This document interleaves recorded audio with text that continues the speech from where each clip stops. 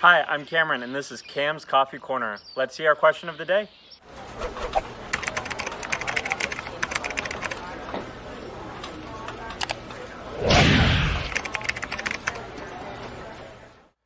Good morning, Grace Life family. Welcome back to Cam's Coffee Corner, and today we're going to be talking about trusting in the Lord. Before I start, we're going to open up in prayer.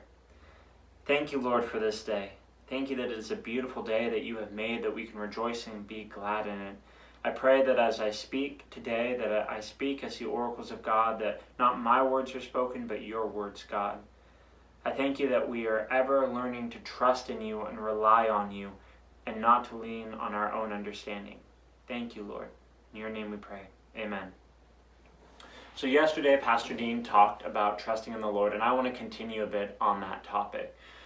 So the Bible has a couple key verses that we're all very familiar with about trusting in the Lord, but if you're not familiar with them, I want to go through some of those real quick. So Proverbs 3, 5, and 6 says, "Trust in the Lord with all your heart. Lean not on your own understanding, and in all your ways acknowledge him, and he shall make your path straight."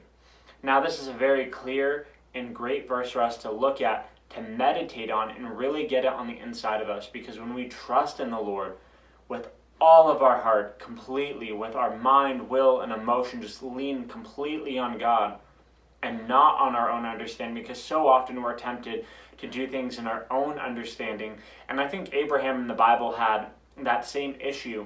He had to trust in the Lord with all of his heart and lean not on his own understanding, but even then we can still mess up. God told Abraham, "Go out from your father's household and go to the land to which I will show you." Now this is a big requirement being asked of Abraham, because he doesn't know the land he's going to. God says, "I will show you. I will show you after you've left your father's household." Now, Abraham didn't do this perfectly. He actually packed up him and his father's household and took him with him. And we know from there on, his father ended up actually falling ill in the journey and didn't end up going forward. But Abraham was doing his best. But oftentimes we lean on our own understanding to make things come to pass, and it doesn't work. So this is a great verse to meditate on and get on the inside of you. Another amazing verse is Proverbs 20:24. It says, "Man's steps are ordained by the Lord. How then can a man understand his own way?" Now, if you guys have ever seen the Prince of Egypt movie, there's a song in it that says, "A single thread in a tapestry, though its color brightly shines, will never truly see its pattern or its purpose in the pattern of the grand design." And it talks about how this single tiny thread weaves together with all these other threads and makes a beautiful tapestry, and it creates a bigger picture. And that's so often our lives. We go our ways and we do as the Lord commands, and we don't really understand why or what the picture looks like, and we're all confused. But at the end of our lives, when we look back, we see this beautiful picture, this beautiful tapestry that God has weaved, and we are a part of that. Proverbs 16:9 says, "A man's heart plans his way, but the Lord directs his steps." So we often in our lives make so many different plans, but it really depends on God to direct our steps, because we want to know that even though we plan all these different things, that God knows the final best, the ultimate best, the exceedingly abundantly above all we could ask or think. And so we want to be relying on where he is directing each and every single one of our steps. One of my favorite verses is Isaiah 55:9. It says, "For as the heavens are higher than the earth, so his ways are higher than your ways, and his thoughts higher than your thoughts." And the reason I love this is because it's so often I get wrapped up in, I love learning, I love knowledge, and I like accumulating knowledge, and so I try to make all these plans, and I think I've got something very firmly fixed, and I know what I'm doing. And then God shows up on the stage and just does exceedingly abundantly above, more than I could have ever thought or dreamed of, and I couldn't comprehend it, I couldn't see it, because I'm in my finite perspective. But God knows so much more than me, and He has so much more planned than I could ever plan.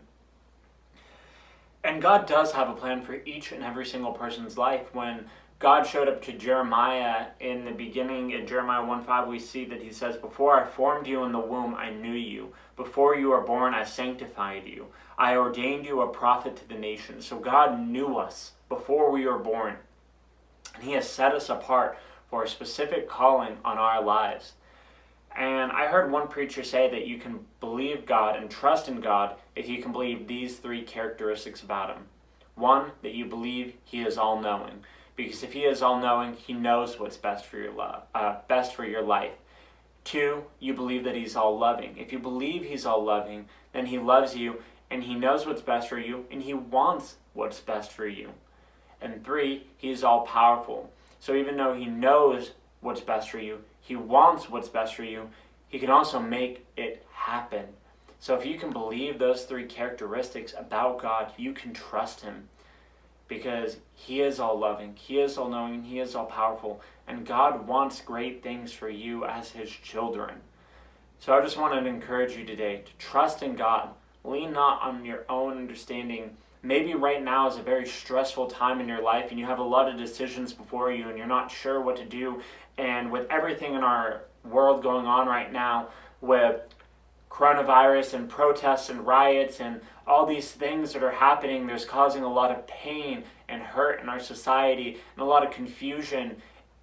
And there's one person that we can always trust in the midst of this, and it's God. He is ever constant, ever faithful, and ever loving. He will never leave us nor forsake us, but He is always pursuing after us and encouraging us. So take heart, for He has overcome the world, and greater is He who is in you than he that is in this world. Alrighty guys, love you, have an amazing day, God bless.